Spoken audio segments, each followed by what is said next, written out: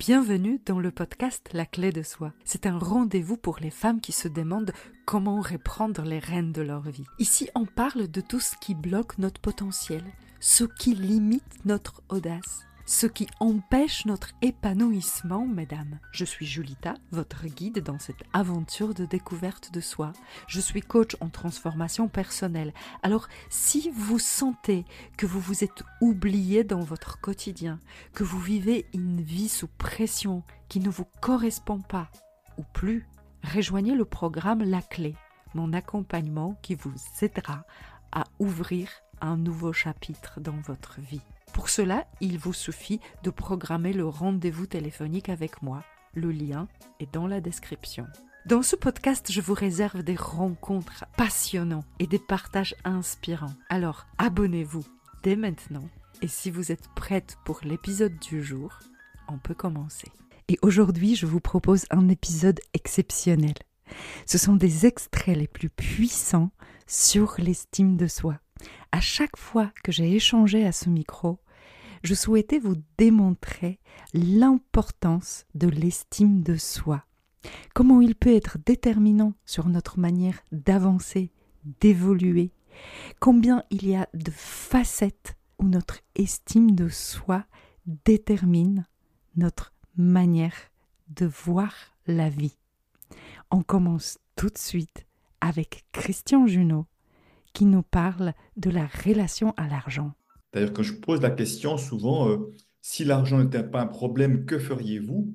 Et je vois la différence de ce que les gens expliquent par rapport à ce qu'est leur vie actuellement. Donc, ça veut dire que tu vois, il y a comme un gouffre, un fossé entre ce qu'ils aspirent et leur situation actuelle. Et il suffit d'enlever le mot si l'argent n'était pas un problème, tout à coup que leur vie serait bien différente. Donc, ça montre que qu'on voit en tout cas, parce que c'est une perception au départ, l'argent comme un gros frein, un gros blocage, un empêcheur de se réaliser.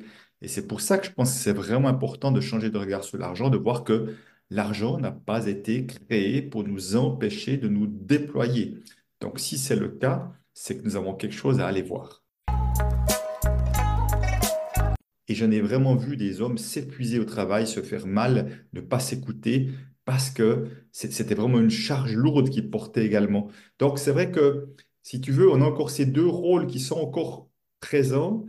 On est en train d'essayer de faire autrement, mais ça prend du temps, parce qu'est-ce que les hommes sont prêts à lâcher du lest là-dessus? Est-ce que les femmes sont prêtes également à prendre leur place, je dirais, sans forcément aller contre l'homme, mais juste comme étant quelque chose d'évident aussi?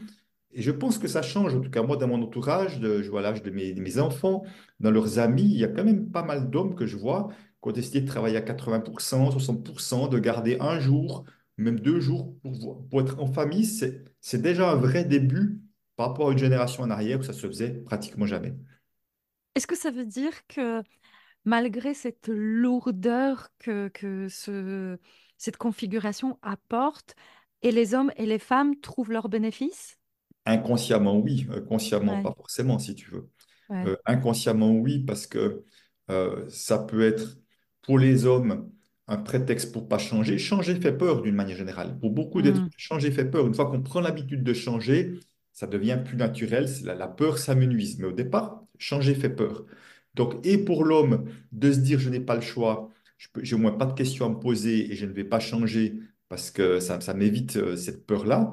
Et puis pour les femmes, ça peut aussi être parfois aussi une excuse qui dit je ferais bien autre chose, mais je peux pas, je dois rester à la maison, m'occuper des enfants, tu vois. Donc Ouais. ça peut aussi, parce que ça fait aussi peur d'oser tenter de réaliser ses rêves. Moi, je vois tellement de personnes qui ont des rêves, mais qui n'essayent pas de les réaliser. Et je pense pour une raison en particulier, c'est que tant que j'ai un rêve, j'ai quelque chose devant moi de goûteux. Au moment où j'essaie de le réaliser, si par malheur ça ne fonctionne pas, il reste le grand vide. Et ça, Ouais. c'est tellement horrible à vivre, même si c'est une croyance, hein. C'est une croyance. La réalité, c'est que un rêve peut remplacer un autre, ou on peut essayer encore une deuxième fois autrement, mais il y a cette peur du grand vide qui fait que le rêve, c'est un peu un truc devant soi qui remplit quelque chose, même si quelque part, je n'y vais jamais. Christian, tu disais chez David Eugène Marion que si tu avais une baguette magique, tu aurais travaillé plutôt ton estime de toi. Oui. Pourquoi l'estime de soi? Oui, ah, c'est vrai, hein, toi, enfin, je me souvenais pas que j'avais dit ça, mais en même temps, ça a beaucoup de sens, hein. Ça a beaucoup de sens pour moi, parce que pour moi, l'estime de soi, c'est vraiment les fondations sur lesquelles on va construire sa vie. Tu vois, je donne vraiment l'image de la maison. Si tu n'as pas de fondation, peut-être tu vas pouvoir faire une hutte en bois, peut-être. Si tu veux faire une maison en dur, mais il faudra déjà des fondations un peu plus solides. Et si tu veux faire une cathédrale ou un gratte-ciel, il faudra des fondations très solides. Donc, c'est simplement, la grandeur de la maison, c'est un peu l'autorisation qu'on se donne à mener un projet qui a de la grandeur, qui a de l'ampleur, tu vois. Et Ouais. simplement, si tu veux, pour moi, ces fondations intérieures, qui est principalement l'estime de soi et accompagnée de l'amour de soi, fait que plus j'ai une forme de tranquillité intérieure, de solidité intérieure, donc la solidité ne veut pas dire ne pas être vulnérable, c'est-à-dire ne pas tomber pour un oui, un non, ne pas m'effondrer pour un oui, un non, plus j'oserais voir grand, plus j'oserais mettre des choses en place qui ont, qui ont pour moi de la valeur et que je pourrais faire ça avec confiance et que si ça ne marche pas comme je veux, encore une fois, je ne vais pas m'effondrer parce que j'aurai des ressources intérieures pour prendre du recul, pour essayer autrement, etc. Donc, autrement dit, le manque d'estime de soi fait que souvent, on va rester dans une vie un peu étriquée, ce qui était mon cas pendant longtemps, même si j'avais un beau potentiel, mais c'était mon cas vraiment pendant longtemps. Et ne pas oser, tu vois, bien s'adapter aux autres, mais c'est comme si il y a toute une partie de soi dont on se coupe quelque part. L'extrait suivant est avec Maëlia Ombre, une coach sportive, mais pas que, et nous avons abordé le sujet de l'estime de soi par rapport à la silhouette, le sujet qui préoccupe tant de femmes. Pour travailler avec des femmes sur l'estime de soi, je me rends compte souvent que les femmes mesurent leur valeur par le chiffre qui s'affiche sur leur balance. Si je suis mince, tout va bien, j'ai du mérite, je peux être aimée, je peux plaire. Et si jamais j'ai le chiffre qui ne me plaît pas, j'ai une taille de vêtements qui ne me plaît pas, je ne mérite pas ni l'amour, ni le respect, ni les choses de la vie qui peuvent être plaisantes et agréables. Oui, en effet, pour certaines, ça peut aller jusque-là. Une chose qui est bien justement avec ces femmes qui sont cadres et dirigeantes, c'est qu'elles ont déjà un fort caractère. Et pour Ouais, arriver là où elles sont, justement, elles ont déjà développé des qualités qui font qu'elles ne tombent pas dans certains travers d'où d'autres femmes pourraient tomber. Donc ce que tu dis, en effet, c'est valable, mais pour ces femmes-là, un peu moins que pour d'autres femmes qui ont moins de ouais, responsabilités, je on va dire, comprends. au niveau du travail ou autre. Mais que ça existe en fait aussi. Alors, il y a beaucoup de raisons en fait qui vont les amener à faire ça, mais lorsqu'on regarde, c'est vraiment un chemin de vie et beaucoup de regards extérieurs. Parce que finalement, si on se regarde soi-même et si on est connecté sur soi-même, finalement, il n'y a pas tant de gros problèmes que ça.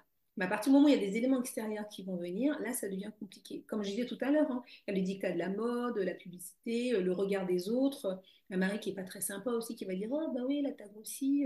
Enfin, il ne se rend pas compte que mais c'est difficile pour une femme à entendre et c'est pas en lui disant de cette façon-là qu'elle va se dire bah non, j'ai changé. Bah, généralement, ça va lui faire mal.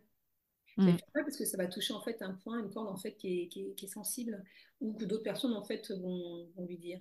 Oui, le chiffre sur la balance, pour elle, c'est important. Donc moi, c'est très simple, on ne se pèse pas ou très peu. Il y a des personnes qui se pèsent tous les jours. Donc du coup, la Mm. balance va finir par prendre un peu la poussière. Et en fait, ça va être tous les 15 jours ou tous les mois. Il y en a même pour certaines, avant même que je le dise, mais quand on est en train de discuter, il y a quelque chose qui se fait en fait au fur et à mesure de la discussion. Et il y en a qui me disent, je ne me pèserai plus. Et là, je suis Ouais. super contente. On arrive en fait à ça parce que elles ont bien compris que c'est plus possible. Elles sont trop rattachées en fait au chiffre qu'il y a sur la balance et de toute façon, elles ont déjà essayé multiples et multiples régimes. Elles ont tout le temps repris du poids. Donc elles savent que bah, finalement cette balance, elle est traître quelque part. Elle n'est pas leur alliée. Et pour celles qui se pèsent tous les jours, et bah, du coup leur dire que bah, non, tu n'as plus de peser tous les jours. On va commencer par une fois par semaine, ensuite tous les 15 jours. Bah, finalement, elles lâchent prise. Et en Ouais. effet, c'est comme si elles attendaient qu'on leur donne la permission de ne plus le faire. parce qu'elles étaient dans un système qui finalement leur convenait plus, mais c'était trop fort pour elles et elles continuaient à le faire encore et encore et encore et encore. Et quelque part, quelqu'un vient leur dire, mais tu as le droit de ne plus le faire en fait. Tout va bien. Et là, elles Oui. acceptent toutes. Donc, ton accompagnement, il passe par un rééquilibrage alimentaire, Oui, par une pratique d'activité physique. Et oui. j'aimerais qu'on en parle parce que je vois souvent tes manifestes de dire que ce n'est pas parce qu'on fait plus de sport qu'on maigrit plus vite, mieux ou qu'on est en meilleure Absolument. santé. Ah oui, absolument. Ah oui, le sport ne fait pas maigrir. Ouh, mais qu'est-ce qu'elle dit? Elle est coach sportive. C'est pas possible. Ah, mais non, qu'est-ce qu'on me raconte? On m'a jamais dit ça. Le sport, oui, tu veux maigrir, va faire du sport, allez, bouge-toi, ouah, super. Oui, oui, d'accord, ok. Alors, si on regarde réellement les chiffres, je suis en surpoids et je vais aller faire du sport. Ok, je vais perdre, allez, 2, 3, peut-être 4 kilos. Et ces 2, 3, 4 kilos, qu'est-ce que ça va être? À quoi ça va correspondre? Et bien, en fait, à une mise en activité de notre corps. Donc, notre corps va réagir parce qu'on va aller le choquer. Il n'a pas l'habitude. Donc, comme il a un petit choc, il réagit. Oh là là, qu'est-ce qui se passe? Oups là, oh, je me remets à bouger. Donc, en fait, j'ai commencé à perdre un petit peu. Donc, soit je vais perdre un peu d'eau parce que j'ai de la rétention d'eau. Parce que le poids, qu'est-ce que c'est? Ben, c'est une masse osseuse qui, elle, ne bougera jamais. C'est une masse musculaire. C'est une masse graisseuse et du coup, et il masse pardon, aussi hydrique, donc en fait de l'eau. Donc on peut Hmm. très bien perdre de l'eau. Il y a des femmes, elles vont perdre 2 kilos d'eau. Oui, Mais c'est de l'eau, elles n'ont absolument. pas perdu de la graisse. Et si elles faisaient de la rétention d'eau, le fait de commencer à bouger, à se réhydrater, à bouger, à réactiver la circulation sanguine, eh ben, vont faire qu'elles vont perdre en fait de l'eau. Elles n'auront pas perdu de graisse. Allez, on va perdre un petit peu de graisse, on va dire.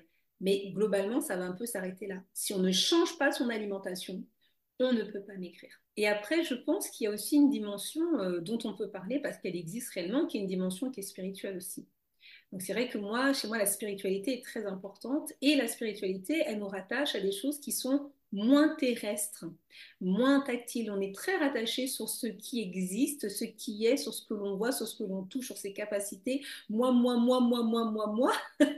Et Oui. finalement, on est tellement dans le faire et dans des directives qui sont un peu rigides que lorsqu'on essaie de prendre un peu plus de hauteur, finalement, les choses deviennent plus légères, plus profondes, plus naturelles et on est plus en raccord avec soi-même. Et je pense que ce qui nous manque grandement, c'est le fait d'être déconnecté de son corps, de ses sensations, de ses envies, de ses rotations, de ses sensations en fait.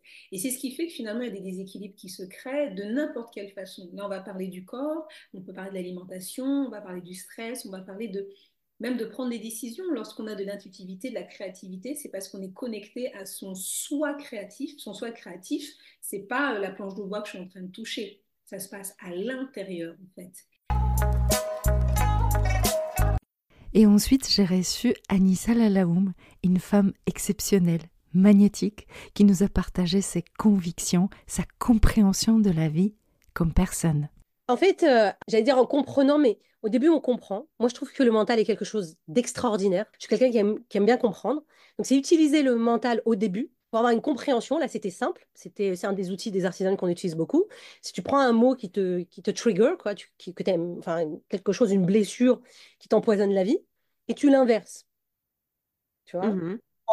La trahison, tu l'inverses. C'est quoi l'inverse de la trahison? Fidélité. OK. Tu vois, déjà, on vient d'ouvrir une porte. Ouais. Et, et la personne a dit fidélité, mais par exemple, moi, si tu me dis l'inverse de la trahison, j'aurais pas dit fidélité. Dans mon monde à moi, je t'aurais dit confiance. Oui. Tu vois, donc ça veut dire que déjà, le mot que je vais sortir, c'est un mot qui est personnel. C'est pour ça que je t'ai parlé d'individu tout à l'heure et d'incarnation. C'est-à-dire, c'est pas un Mhm. truc caché, c'est un truc concret. Donc on prend ce mot, on l'inverse. Juste un mot. Une partie de trahison, on arrive à confiance ou fidélité. Le fait d'avoir dit confiance face à trahison, en vrai, je viens de créer tout un nouveau monde. Et là, on est dans la métaphysique pure et dure, d'accord? Mhm. Je viens de créer tout un nouveau monde où confiance rencontre trahison. J'ai deux mondes là, tu vois. J'étais Ouais. branché à la trahison. Et ça, tu cut le transgénérationnel, le karma et tout, tu vas vite. T'as vu ça. Moi, j'ai la flemme, tu vois, j'ai la flemme. Donc, je prends ce mot trahison, je mets en face fidélité ou confiance. Et là, je commence à regarder. Et je vais être très, très pragmatique. Je vais me dire, OK, est-ce que la prochaine fois que je vivrai la trahison, ou la prochaine fois que j'aurai l'impression, ou la prochaine fois que j'aurai la sensation de vivre la trahison, parce que ça va se représenter. Hein, c'est ah ouais, mais t'as vu, elle m'a parlé après, elle est partie. C'est pas une connerie, tu vois. Je me sens trahi. Bon, je sais tout de suite, c'est la blessure de la trahison. Et là, je vais voir en face. Je vais dire, attends, il y a la trahison qui vient de se pointer. Tiens, je sais qu'il y a le monde de confiance et de fidélité qui existe. Qu'est-ce que je choisis? C'est aussi simple que ça, hein. Ouais. C'est-à-dire que c'est dans ce moment-là où je me dis, lequel je choisis? Fraises, j'ai envie de manger des fraises ou j'ai envie de manger du chocolat? Et bah, tu checkes ce que tu as envie à ce moment-là. Si tu as encore envie de manger trahison, bah, tu manges encore trahison. C'est pas grave. Parce que même trahison, la problématique de trahison, c'est pas trahison. La problématique de trahison, c'est le jugement qu'on a mis dessus. L'interprétation, perception des choses, Exact. mais tout ce que tu rattaches, et comme tu disais souvent, c'est le ressenti, mais la première impression, la première émotion Oui, qui est liée à notre passé. Donc tout ce qui va se poser sur l'événement qui vient de notre expérience, de notre passé. il n'y a pas de jugement dans les deux, c'est juste que trahison, j'ai déjà testé et ça m'intéresse plus. Et c'est pour ça que tu as parlé de ça vient du passé, etc. Et tout. Et bien sûr qu'on va le ressentir dans l'émotion dans son corps. La trahison, là, on va sentir qu'on a peut-être on a chaud, peut-être on va sentir à un moment donné il y a un truc, tu vois, dans mon corps. Mais à ce moment-là précis, ça fait partie d'un des modules des artisanes, c'est j'ai le choix de commencer à bouger les choses tranquillement en mode est-ce que trahison m'intéresse encore Mm. ou est-ce que c'est confiance qui vient me chercher? Et du coup, Mm. moi, je le fais, hein, je le fais tout le temps. Je l'ai vécu tout à l'heure en plus, juste avant notre rendez-vous. Il y a ça, il y a trahison qui est venue me chercher, hein. Il y a une ancienne blessure comme ça qui est venue, mais très rapidement, tu vois, bim, une pensée qui est venue dans ma tête et je l'ai vue direct. Tu vois, je l'ai vue, j'ai fait, ouh là là, elle est là. J'ai commencé à avoir chaud. Et ce que j'ai mis en face, donc c'est marrant qu'on en parle, ce que j'ai mis en face, c'était confiance. C'était en mode, Ouais. je choisis le monde de confiance. Je sais que trahison existe, il est cool, il existe ce mot-là, et puis il y a plein d'expériences à vivre avec trahison. Mais moi, personnellement, j'aime bien celui de confiance. Et c'est ni bien, Mm. c'est juste celui qui m'intéresse le plus. Et c'est pour ça que tu as plein de gens qui te disent, je veux changer. Et quand je leur pose deux, trois questions, tu vois qu'ils veulent pas, parce que le monde de trahison, ils le connaissent par cœur. Et il y a un challenge dedans. Il y a un challenge, il y a une victimisation. Il y a aussi, et c'est pas un jugement, hein. Et il y a aussi l'idée de je suis l'héroïne de mon monde parce que à chaque fois je me relève et à chaque fois je suis trahie et tout. Mais moi, tout ça, ça m'intéresse plus en fait. Moi, j'ai pas besoin d'être Ouais. l'héroïne, j'ai pas besoin de gagner de médailles, j'ai pas besoin de tout ça, ça m'intéresse pas en fait. Mais ce monde-là, il est tellement, euh, il est gratifiant parce qu'on a l'impression qu'on peut être une héroïne dedans. Alors que celui de confiance, ouais, bon bah il y a confiance. Ouais, bon bah voilà, une fois que tu as confiance, il y a presque plus rien. On a l'impression que c'est moins excitant. Mais moi, je le préfère. Tu vois, je me dis, ah ouais, non, celui-là, il est plus chill. Je vous ai dit que l'estime de soi a de très nombreuses facettes. Dans l'extrait suivant, nous parlons avec Jessie Monique Tirode de la carrière professionnelle, comment une bonne estime de soi peut booster notre carrière ou au contraire, comment une faible estime de soi peut dévaloriser notre vie professionnelle. C'est hyper important de partir vraiment de la connaissance de soi. C'est vraiment à la base de beaucoup de choses, hein, de la connaissance de soi. Qui je suis en tant que personne, quelle est ma personnalité, dans quoi je prends plaisir, qu'est-ce que je me sens capable de faire, dans quelle direction je veux aller, quelle est l'ambition que je me donne derrière.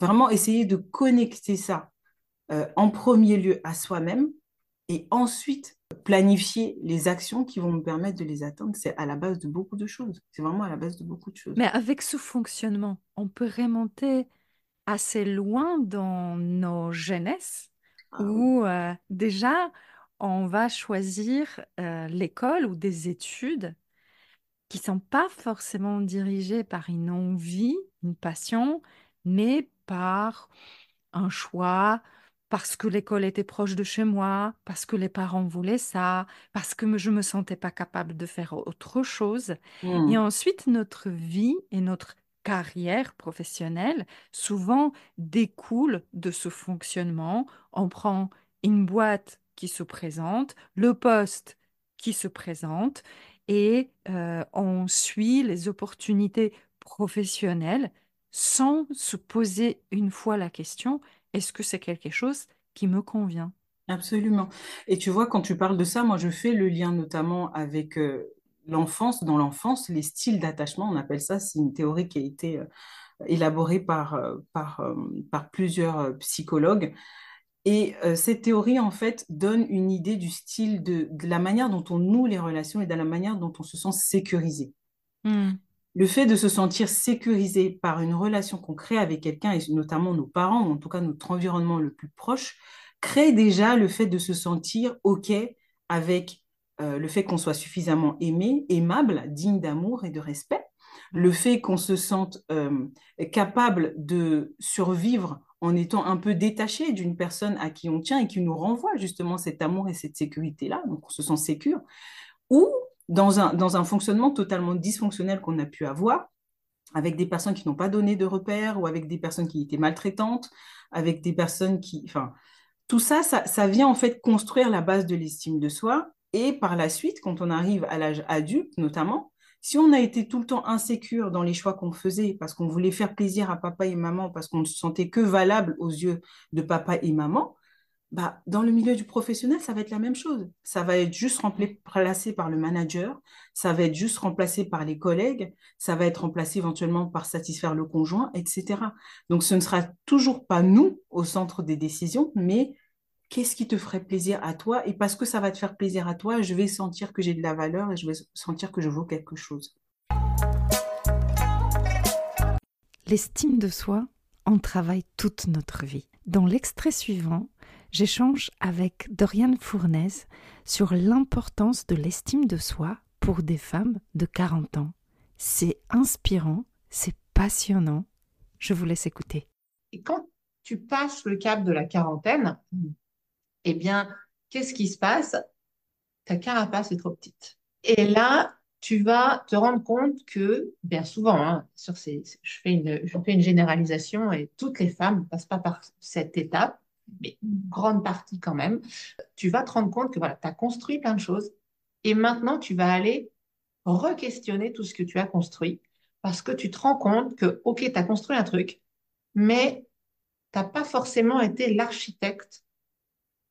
C'est-à-dire que c'est pas forcément toi qui as élaboré le cahier des charges. Donc, tu as été le maçon, tu as construit, construit, construit, mais à la base, c'est pas forcément toi qui avais établi le cahier des charges. Et là, tu ouvres les yeux là-dessus. Parce qu'avant, tu pouvais pas ouvrir les yeux. Tu étais dans le faire. On ne peut pas être dans tout en même Oui. temps. Donc, tu étais dans le faire. Et maintenant, tu prends du recul sur ton œuvre.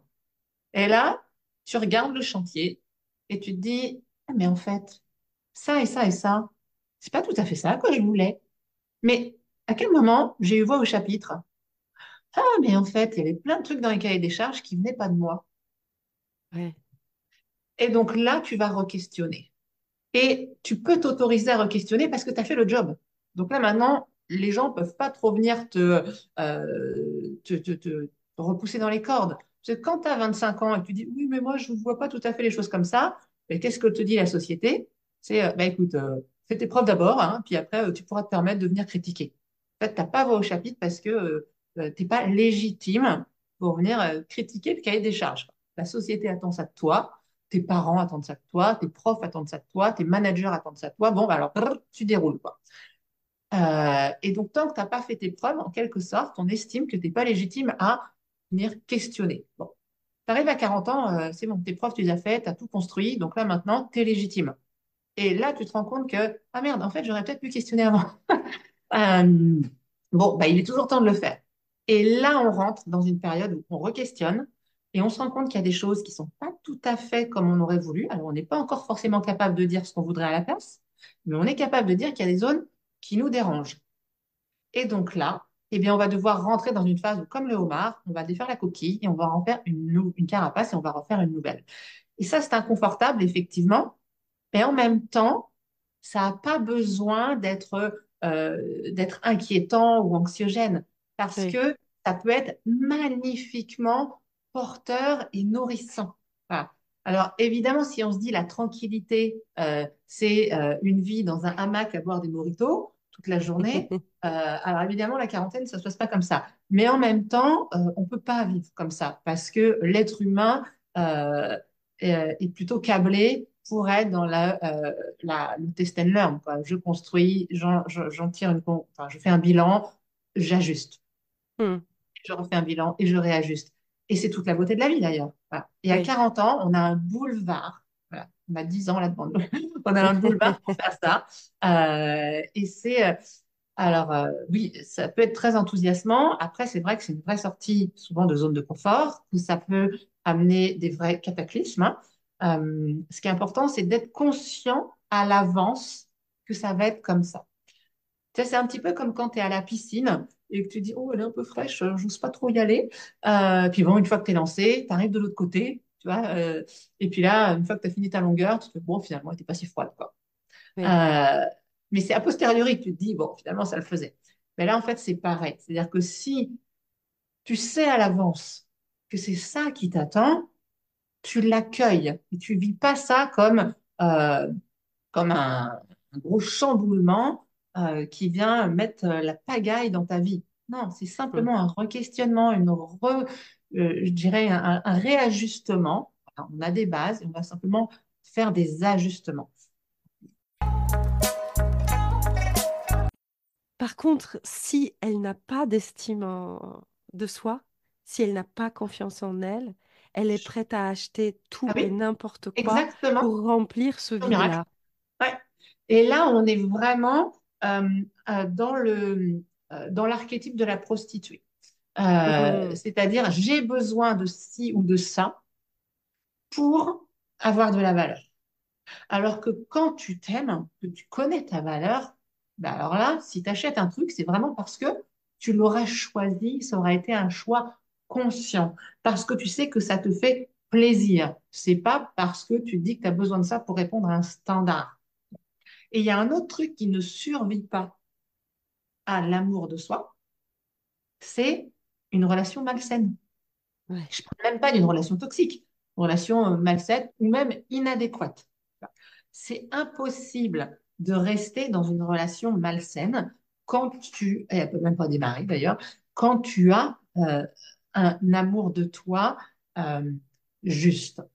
Parce que avec ton amour de toi, tu places une barre, tu vois, et c'est une sorte de niveau minimum en Mm. dessous duquel tu refuses qu'on t'aime. On doit obligatoirement t'aimer. Obligatoirement, non, en tout cas, c'est tu as des attentes, tu vois, et le niveau d'amour minimal, c'est celui qui est au-dessus de la barre, c'est celui que tu te donnes.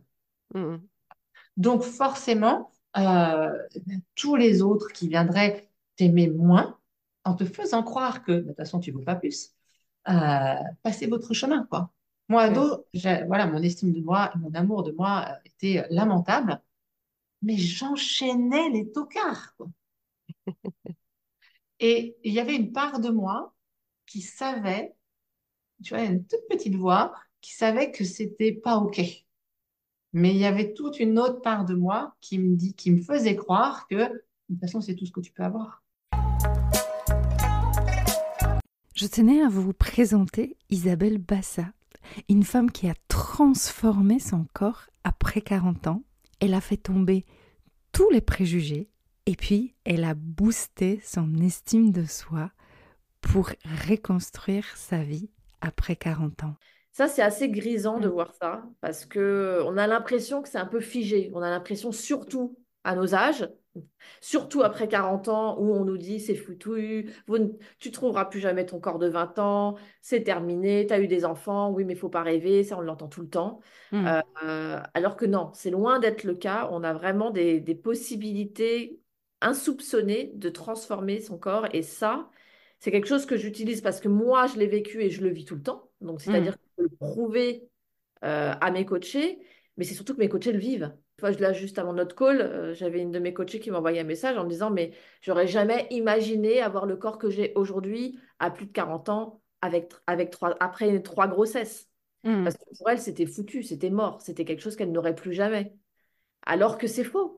C'est Mm. complètement faux. Oui, ça demande de la discipline. Oui, ça demande de poser des choses et de suivre un plan d'action, pas sur 90 jours, comme on nous le dit Oui. partout. Ouais, tu vas avoir des super fesses en 2 semaines. Non. Le problème, c'est que les raccourcis, les shortcuts, ça ne fonctionne pas. Et je pense que c'est ça, en fait, qui vient un petit peu euh, biaisé en fait. Les résultats, c'est que les personnes se disent ouais, j'en suis pas capable, j'ai essayé les trucs, ça marche pas. Mais c'est pas que ça marche pas, c'est que bon, il faut les bonnes méthodes, certes, mais il faut aussi que ça dure sur le temps.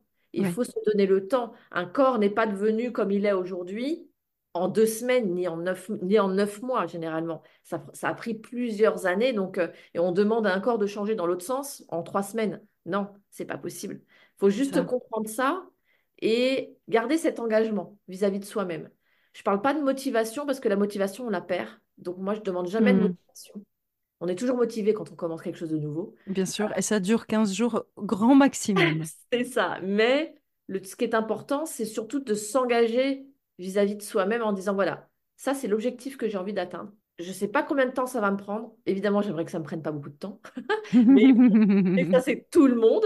Mais je m'engage à aller jusqu'au bout. Je comprends et ça me fait penser que quand je commençais à coacher les femmes, on est tous passés par la construction de notre message. Il y avait énormément de conseils à l'époque que quand vous présentez votre offre, vous devez réduire le risque d'échec, donc ça doit être une réussite garantie.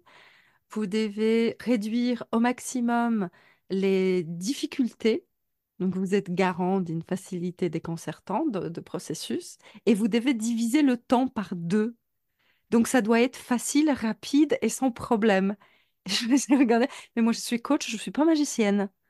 Tu m'étonnes. Mais c'est exactement ça. J'invite tout le monde à suivre ton compte Instagram. Les entraînements de Isabelle, c'est impressionnant. Moi, je le regarde comme un feuilleton, hein. Ah ouais? C'est un grand plaisir et c'est beau, c'est impressionnant. Allez voir. Ton compte Instagram s'appelle, rappelle-nous. En fait, c'est Isabelle Bassa, mon nom, en fait. Alors, si vous mettez que Isabelle Bassa, on tombe tout de suite sur mon compte. Sinon, c'est Isabelle Bassa Coaching. Voilà. Allez trouver Isabelle dans son corps parfaitement entraîné avec des entraînements qui sont impressionnants. L'extrait suivant vient de l'épisode avec Alexis Jouanneau. Il m'a parlé d'une manière magnifique de l'importance de la connaissance de soi. Écoutez-le. Avec une connaissance fine de finalement qui tu es dans ce monde, on va dire, on parle un petit peu à l'âme, plus tu vas prendre des décisions qui sont alignées à qui tu es. Et une fois que tu prends des décisions qui sont alignées avec qui tu es, tout devient fluide. C'est-à-dire que le doute vient souvent d'un questionnement à se dire, non pas est-ce que c'est bien ou est-ce que c'est pas bien, c'est est-ce que finalement, est-ce que je suis vraiment aligné avec ça? Quand il y a vraiment du doute, c'est soit que la manière de le faire n'est pas très très alignée avec qui on est, ou Mm, alors tout simplement l'exécution de l'action en fait. mm, Est-ce que prendre telle décision, c'est vraiment aligné avec qui je suis, mm, avec mes convictions profondes sur cette terre. mm, Et à chaque fois que on va plus en finesse sur finalement, non pas bah, c'est quoi mes croyances, c'est quoi mes valeurs, mais qu'est-ce que je pourrais faire toute ma vie sans être payé ou sans avoir besoin d'argent, parce que dans la vie, on a quand même besoin d'argent par rapport à ce qu'on fait, en étant heureux. Mais ça, c'est une connaissance profonde de soi. En fait, c'est une connaissance, moi j'appelle ça chirurgicale. C'est de la mhm, haute couture. Et quand on mêle l'invisible à la psychologie quantique, neurologique, tout ce que vous voulez, le développement personnel, en fait, on va aller dans un niveau de profondeur qui va faire que, moi j'appelle ça la signature vibratoire énergétique. On va vibrer tellement en harmonie avec qui on est que les cellules, mm. les décisions, et les personnes qui nous entourent, ça va devenir extrêmement fluide. Donc c'est ça en fait. Une fois que on s'aligne vraiment à qui l'on est, avec ces dimensions, on va dire, tangibles, psychologiques et invisibles, Mm, la part de doute en fait va commencer à s'estomper. Je dis pas qu'il n'y en a plus, mm. c'est juste qu'en fait on est juste en harmonie avec qui on est. Quelle est la place, selon toi, du lâcher-prise dans cette connexion? Vous allez devoir certainement lâcher prise pour toutes les personnes qui nous écoutent. Parfois, quand on est dans le doute, eh ben, il faut lâcher prise. Le truc, c'est qu'on est dans une société où on veut tout avoir sous le contrôle. Sauf que la fluidité, lorsqu'on a une connaissance fine de soi, ça nous fait peur pour deux raisons. La première raison, c'est que on a l'impression que, comment dire, qu'on a un risque particulier derrière ça. Mm. Et la deuxième raison, j'en discutais hier encore avec une personne, c'est que bah, parfois on se rend compte qu'on aurait peut-être dû le faire plus tôt. Et parfois on a peur de lâcher prise pour se dire, ah finalement j'ai perdu 10 ans de ma vie. Mm. C'est pour ça parfois c'est si difficile. C'est que les gens ont peur de regretter de ne pas l'avoir fait plus tôt. Mais il n'y a pas de plus tôt. Le moment Oui. parfait, c'est le moment où vous le faites.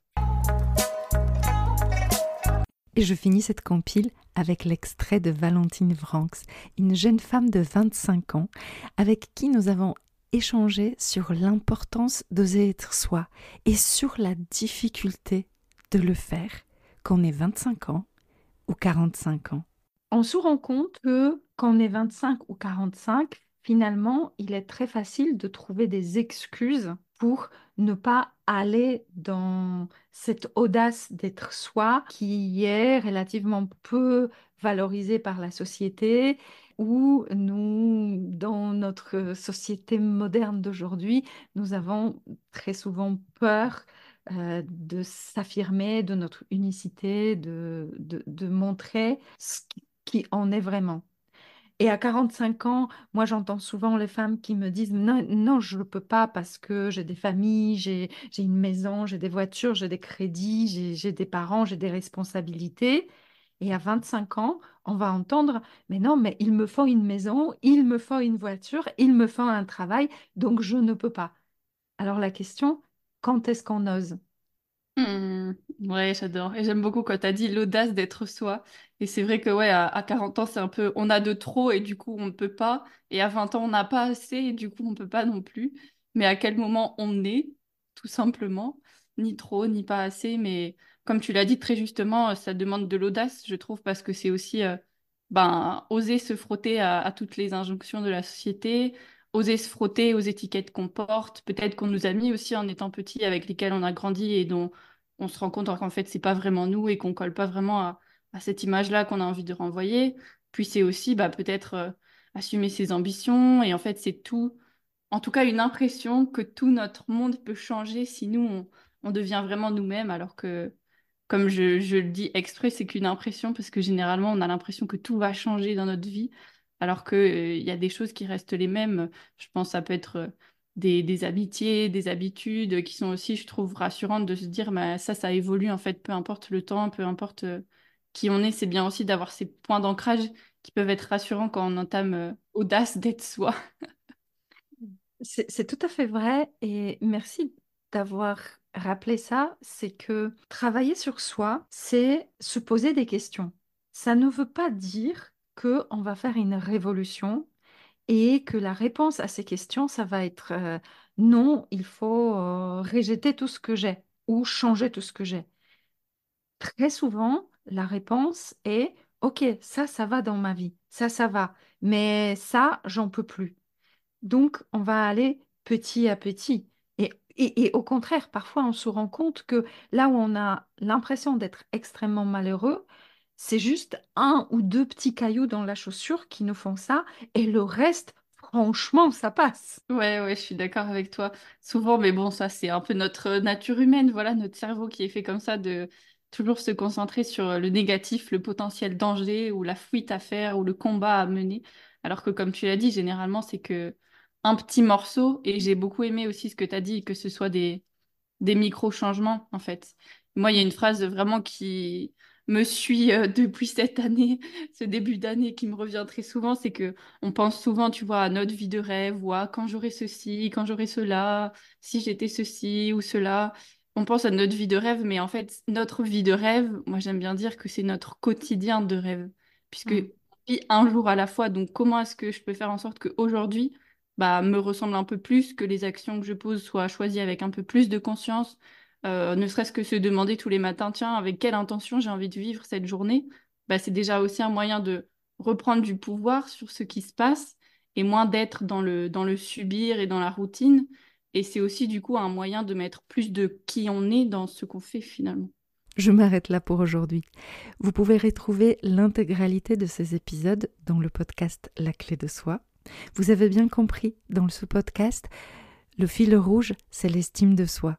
Mon objectif, c'est de vous inspirer, de vous encourager, d'aller chercher une vie épanouie, une vie réjouissante, une vie où vous êtes vous-même et vous osez à l'affirmer.